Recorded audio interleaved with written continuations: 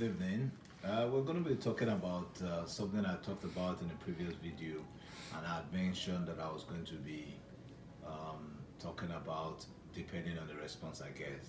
The previous video I thought was should I take the vaccine, and now this video will be termed what is going on with COVID and your answers to your questions about COVID vaccine. So that's what this video is about. Now let's maybe do it the other way around. The questions I got as a feedback from the video we had done on the COVID vaccine was, can you get COVID from the vaccine? From the vaccine that is presently being administered in the United States, which is the Pfizer and the Moderna vaccine, you cannot get COVID from the vaccine because neither uses an active or a live activated virus, and therefore all that is being used is a messenger RNA which sends a signal to your immunity to build antibodies that prevent you from getting COVID. So you cannot get COVID from the vaccine. Now, a question which you got is, does the vaccine affect viability, fertility?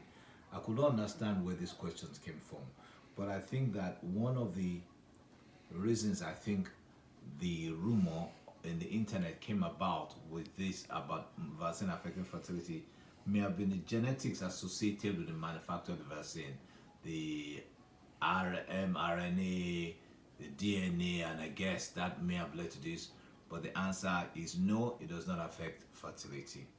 It's just simply the vaccine just simply triggers something in our immunity to allow us to build antibodies against the coronavirus. It does not affect fertility.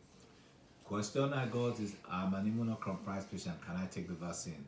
The answer is yes. However, when the studies were done, they specifically excluded immunocompromised people. So that means people who had kidney transplants, heart transplant. But based on the mechanism on how the immunity is generated, there's no reason why somebody immunocompromised cannot take the vaccine. And if our question says, I already have COVID, can I take the vaccine? The answer is yes. I recommend 90 days after. And one of the reasons is that the natural immunity wanes. And it's one of the reasons why covalescent plasma does not work always as well in certain people in treating COVID.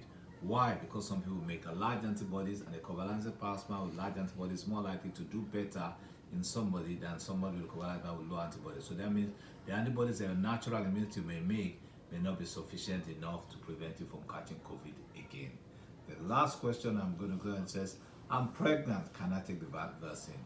I posted a LinkedIn by a nice article by a doctor from Mount Sinai Hospital. The answer is probably yes, because essentially the system of which the vaccine is produced is sufficient enough not to affect pregnancy in any way.